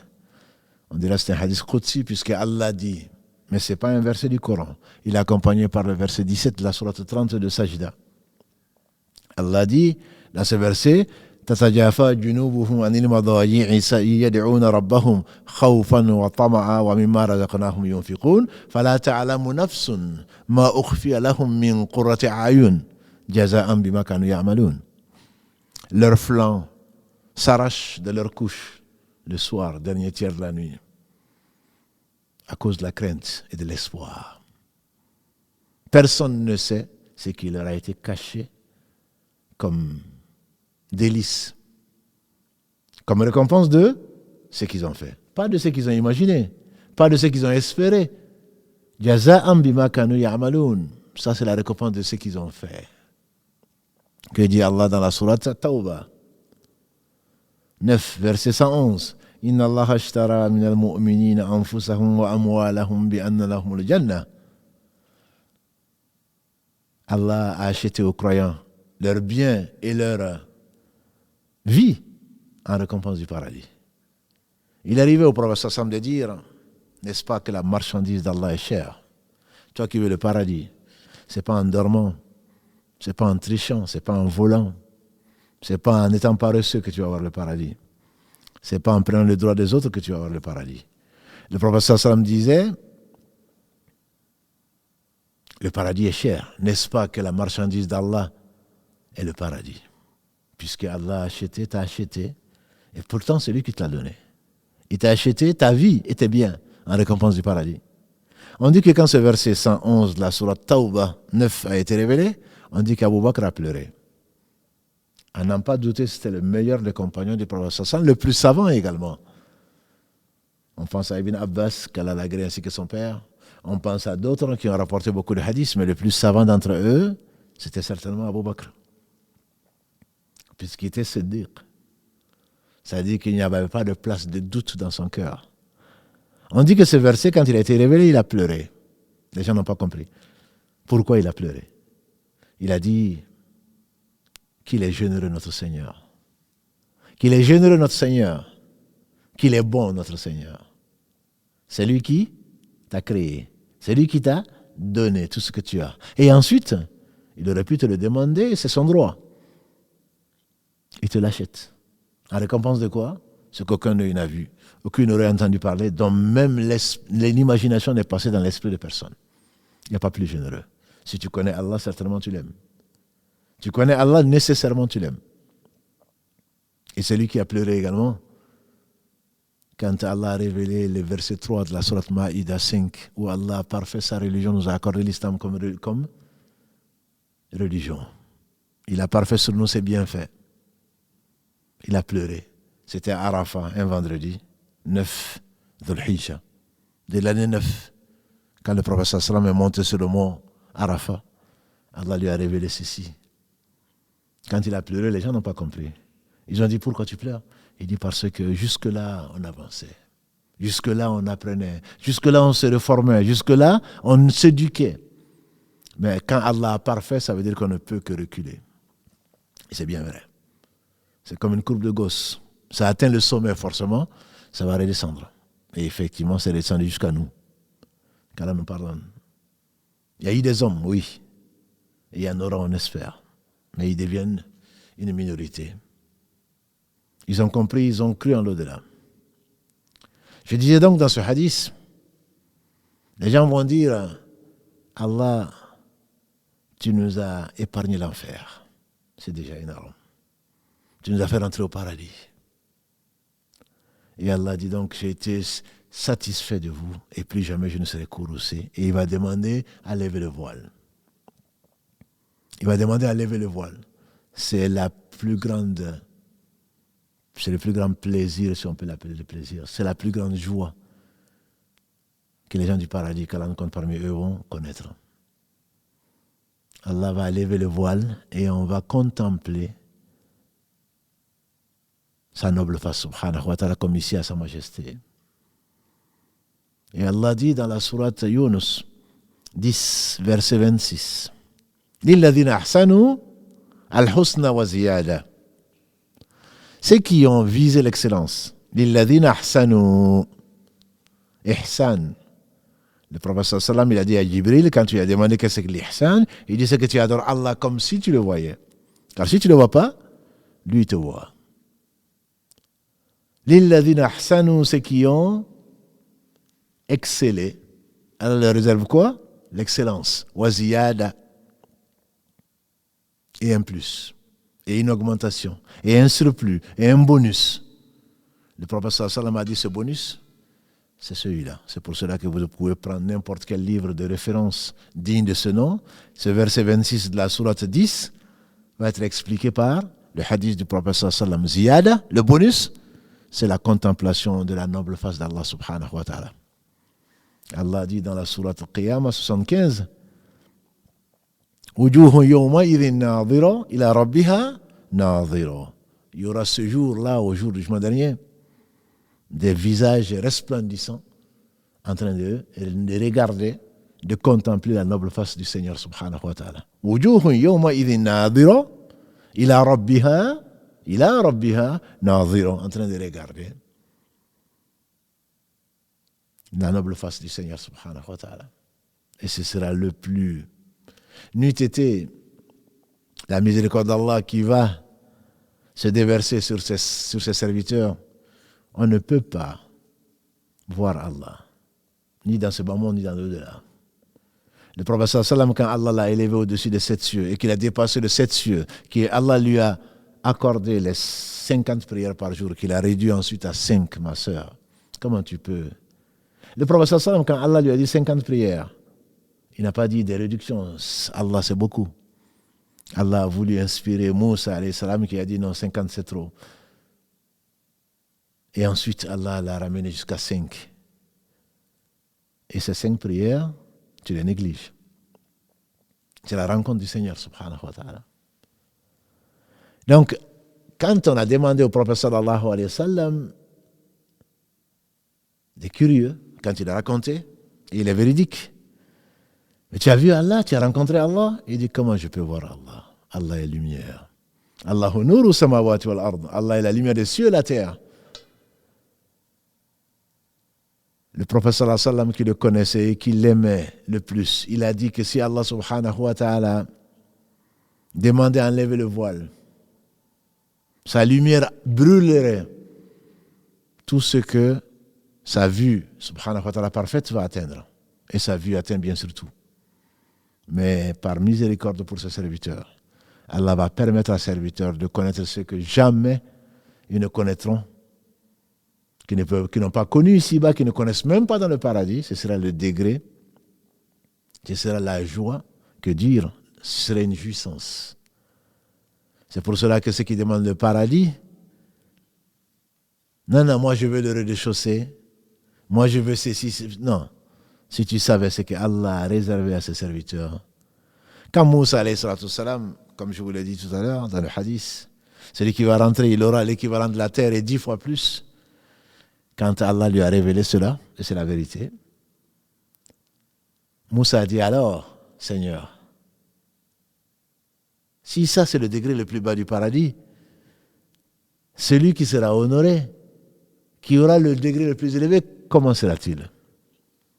Allah subhanahu wa ta'ala a dit à Moussa, alayhi salam, ceux-là, ce sont les gens que j'ai réservés pour moi. J'ai planté de ma main bénie, subhanahu wa ta'ala, l'arbre pour les honorer au jour du jugement dernier. Et c'est toute la différence, mes frères et sœurs. Le temps passe. C'est toute la différence entre ceux qui y croient et ceux qui n'y croient pas. Mais ne pense pas, comme l'a dit le prophète sallallahu alayhi wa sallam, il a dit, nul d'entre vous ne rentrera au paradis par ses actes. On dit même toi, il dit même moi si Allah ne me fait pas miséricorde. Mais je reviens sur le verset de la sourate Sajida 32, verset 17.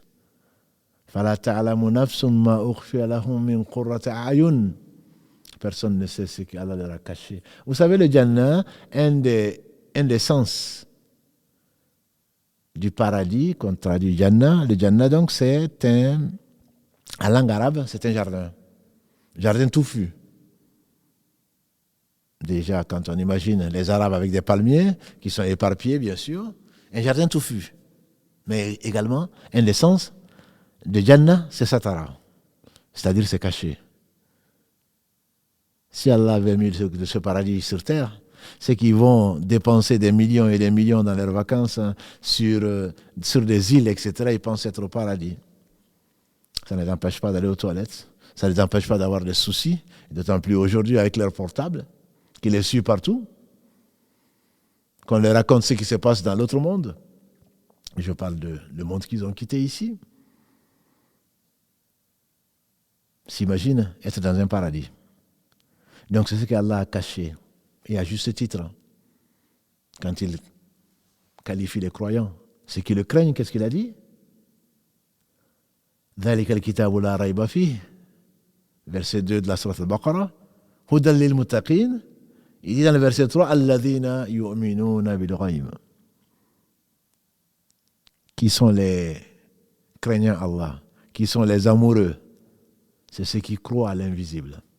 Allah aurait montré le paradis, il n'y aurait pas de mérite de le rechercher. Mais toi, tu y crois alors que tu ne l'as pas vu. C'est pour cela Allah te l'a réservé. Et ce n'est pas seulement pour les prophètes. Un homme triste à Médine. Je n'y étais pas, mais j'y crois. Il était triste. Et Allah a voulu que le prophète sallallahu alayhi wa sallam lui demande qu'est-ce qui t'arrive. Il a dit, Ya Rasulallah, je suis à Médine quand j'ai envie de te voir. Parce que la vue du prophète sallallahu alayhi wa sallam était une merveille. Quand il souriait, c'était comme une demi-lune. Ma mère m'a dit qu'elle allait faire miséricorde. Le médicament d'un enfant, c'est ça, la vue de sa mère. Que dire alors du prophète sallallahu alayhi wa sallam? Que dire du prophète sallallahu alayhi wa sallam? L'homme, il dit, quand je suis triste, quand j'ai envie de te voir, je sillonne les rues de Médine et je viens à la mosquée et je te vois. Mais quand tu seras au paradis, toi tu seras au degré le plus élevé, moi je ne suis même pas sûr d'y rentrer. C'est ce qui m'attriste. Et on dit que c'est à propos de cet homme et à propos de tous qu'Allah a révélé le verset 69 de la sourate An-Nisa, la sourate 4. وَمَنْ يُطِعِ اللَّهَ وَالرَّسُولَ فَأُولَٰئِكَ مَعَ الَّذِينَ أَنْعَمَ اللَّهُ عَلَيْهِم مِّنَ النَّبِيِّينَ وَالصِّدِّيقِينَ وَالشُّهَدَاءِ وَالصَّالِحِينَ وَحَسُنَ أُولَٰئِكَ رَفِيقًا. Celui qui obéit à Allah et aux messagers, voilà ce que Allah a comblé de ses bienfaits parmi les prophètes, les véridiques, les martyrs témoins et les gens qui font le bien. Donc Allah va rassembler les gens. Al-akhilao. Yawma'idhin ba'aduhum li ba'adin adu illa al-muttaqun. Les amis dans ce bas monde seront les ennemis les uns des autres. C'est toi qui m'as poussé. Non, non, non, c'est toi. Les leaders vont être accusés par ceux qui les ont suivis de les avoir amenés à la drogue, à la perversion, à tout ce qu'Allah n'aime pas. Les leaders diront, mais Allah, tu les as avertis. وقال الشيطان لما قضي الأمر. Allah dit dans la sourate 14, Ibrahim, quand l'affaire sera réglée, que les gens de l'enfer seront dans l'enfer, les gens du paradis seront au paradis, qu'est-ce que dit Shaitan? Inna Allah wa'adakum wa'ada al-haq. Allah vous a promis et a tenu sa promesse. Et moi, je vous ai promis et je n'ai pas tenu ma promesse. Fala talumuni, ne m'en voulez pas, ne m'accusez pas. Walumu anfusakum. En voulez à vous-même. En voulez à vous-même. Nous avons été avertis. Tous les prophètes sont venus nous avertir. La mission des prophètes, disait Ibn Qayyim, qu'Allah lui fasse miséricorde, c'est trois choses. Faire connaître Allah. Comment tu vas connaître Allah sans la révélation? Allah seul sait qui il est. Il a décrit ce qu'il a voulu au travers des prophètes, alayhi salatu wassalam, qui sont les véridiques, les meilleurs hommes que la terre a portés. Que Allah ait ordonné et qu'il est interdit, c'est la deuxième mission des prophètes, avec ou sans livre, pour dire Allah vous ordonne ça et Allah n'a ordonné que ce qui est indispensable à ta vie. Allah n'a interdit que ce qui est un poison, que dis-je, qui est toxique pour ta vie. Est-ce que tu le comprends ou pas? Et la troisième, c'est quoi? Pour te promettre le paradis, si tu observes ses commandements. Ou alors, te menacer de son châtiment si tu lui désobéis. Aucun d'entre nous n'aura d'excuses devant Allah. C'est par sa miséricorde qu'on entrera au paradis. L'action de personne ne pourra le faire entrer au paradis. Même le prophète sallallahu alayhi wa sallam. Mais néanmoins, il a créé, subhanahu wa ta'ala, il nous a dit les causes secondes. C'est par quoi il nous amène au paradis. Et donc c'est ce verset, entre autres, Jaza'an bima kanu ya'malun. Récompense de ce qu'ils ont fait. Donc maintenant, comme le fait dire Ali ibn Abi Talib, radiallahu anhu, ce monde est un monde où on travaille. Et l'autre monde, c'est un monde où on est jugé. Comme tu ne sais pas quand est-ce que tu vas être appelé par ton Seigneur, lui seul sait, alors précipite-toi. Précipite-toi vers le bien. Toi qui es en train de faire le mal, toi qui es pécheur, comme chacun d'entre nous. Quitte le mal et va vers le bien. Quelqu'un est venu, il n'a pas fait un seul bien. Et il est au paradis. Il est venu voir le prophète sallallahu alayhi wa sallam pour se reconvertir. Et voilà que le muezzin a dit, voici que la guerre est déclarée. J'étais venu me convertir et on appelle à la guerre. Il a dit au prophète sallallahu alayhi wa sallam, donne-moi un conseil. Je me convertis, je vais, ou j'y vais et quand je reviens, je me convertis. Le prophète sallallahu alayhi wa sallam lui a dit, convertis-toi et vas-y. Il a fait l'attestation de foi devant le meilleur des hommes. Il est parti, il n'est pas revenu. Et le prophète sallallahu alayhi wa sallam a dit, voilà quelqu'un qui a fait peu et qui a eu beaucoup. Ma conclusion, puisque il est déjà 22h30, je vous ai déjà pris une demi-heure de plus. Allah dit dans la sourate Ali Imran, وَسَارِعُوا إِلَى مَغْفِرَةٍ مِّن رَبِّكُمْ وَجَنَّةُ أَرْضُهَا السَّمَاوَاتُ وَالْأَرْضُ أُعِدَّتْ لِلْمُتَّقِينَ الذين ينفقون في السراء والضراء والكاظمين الغيظ والعافين عن الناس والله يحب المحسنين. 33 et suivant de la sourate 3, Allah dit, et précipitez-vous, asari'u. Qu'est-ce que vous attendez? Précipitez-vous vers le pardon de votre Seigneur. Et un paradis plus vaste que les cieux et la terre réunis, qu'il a réservé pour ceux qui le craignent. Alladhina yunfiquna fi sarra'i wa dharra, ceux qui dépensent dans la difficulté comme dans l'aisance.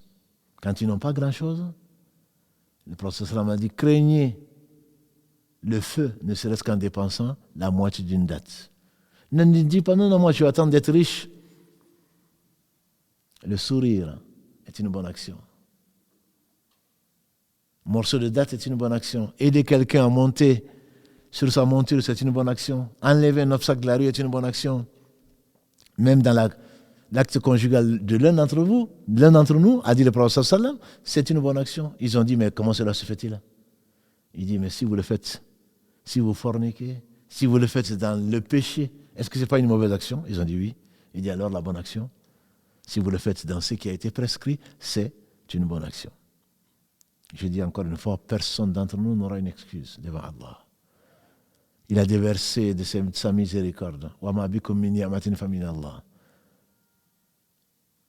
Tout bien qui nous arrive, ça vient d'Allah. Comment ne pas aimer, comment ne pas obéir. C'est ce qui se passe de tout. Le bienfaiteur, par excellence et par essence. Précipitons-nous vers le pardon de notre Seigneur. Ceux qui dépensent donc, qui sont-ils? Dans l'aisance comme dans la difficulté. Ceux qui retiennent leur colère. Ceux qui retiennent leur colère. Toi, tu divorces ta femme combien de fois parce que tu es en colère? Combien de messages je reçois? Non, c'est la femme même qui écrit. Hein. Non, il était très en colère.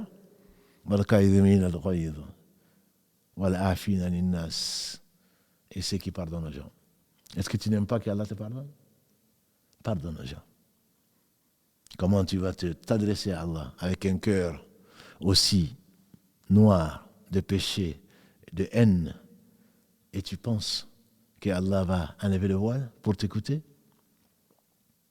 Si tu aimes être pardonné et tu en auras besoin, alors pardonne. Dernier mot, Allah dit à nous pécheurs et à tout le monde, قل يا عبادي الذين أسرفوا على أنفسهم لا تقنطوا من رحمة الله إن الله يغفر الذنوب جميعا إنه هو الغفور الرحيم. Allah dit dans la sourate Zumar 39 verset 53, dis-leur ya Mohammed, ô mes serviteurs qui se sont fait outragement tort, jamais ne désespérez de la miséricorde d'Allah. Allah pardonne tous les péchés. Il est le pardonneur, le miséricordieux. Qu'Allah nous pardonne tous nos péchés, les premiers comme les derniers, qui nous accorde son paradis sans nous demander des comptes, parce que c'est possible. Quand le prophète sallam nous conseille de demander le degré le plus élevé du paradis, c'est qu'il connaît son Seigneur. Qu'Allah nous accorde le Firdaus, qu'il ne nous demande aucun compte. Nous sommes des pécheurs, nous nous sommes fait tellement tort que Allah seul peut pardonner les péchés. Mais il faudrait qu'on rencontre Allah en ne devant qu'à lui. Alors sa miséricorde, qu'il a divisé en 100 parties, qu'il a gardé 99 pour nous pardonner, à ce moment ça marchera, ça nous profitera. Mais celui qui meurt en étant injuste vis-à-vis d'une créature d'Allah, il risque de le payer s'il n'a pas réparé ce qu'il a pu réparer. Il risque de le regretter certainement. Et enfin, on dit que c'est que les gens du paradis, quand ils seront au paradis, quand on compte parmi eux, la seule chose qu'ils vont regretter, c'est de n'avoir pas assez fait. C'est de n'avoir pas assez fait. Les degrés du paradis sont en fonction des actes. L'entrée du paradis, c'est la miséricorde d'Allah seul. Et l'intercession du prophète sallam fera que certains qui pourront être au Firdaus, alors qu'ils méritent, entre guillemets, leurs actes ne méritent que le 90e, le 70e, le 10e degré du paradis. Mais grâce à Allah, au travers de l'intercession de Muhammad sallallahu alayhi wa sallam, prions abondamment sur ce prophète par lequel Allah a ouvert les yeux de l'aveugle. Nous a fait sortir des ténèbres vers la lumière de l'islam. Nous a donné la foi et le goût de la foi au travers des descriptions qu'Allah lui a montrées, subhanahu wa ta'ala. Qu'Allah bénisse donc ce prophète. Nous réunissons avec lui et avec tous les croyants au degré le plus élevé du paradis, qui ne demandent aucun compte. Et cela lui est facile. Je vous assure, cela lui est facile. Il est le miséricordieux, il est le généreux, il est le bon. Et on ne saurait le louer comme il s'est loué lui-même, subhanahu wa ta'ala. Allahumma salli wa sallim wa barik ala nabiyyina Muhammad wa ala alihi wa sahbihi ajma'in. Subhanaka Allahumma wa bihamdika. Ashhadu an la ilaha illa anta. Astaghfiruka wa atubu ilayk. C'était le dernier épisode de notre série L'au-delà. Qu'Allah subhanahu wa ta'ala l'accepte et nous fasse profiter de ce qu'il nous a enseigné. Samedi prochain, on a rendez-vous avec le dernier épisode de la famille en islam. Et nous avons voulu vous parler d'une chose importante au jour du jugement dernier, comme dans ce bas monde, à savoir les liens de parenté ou la piété filiale.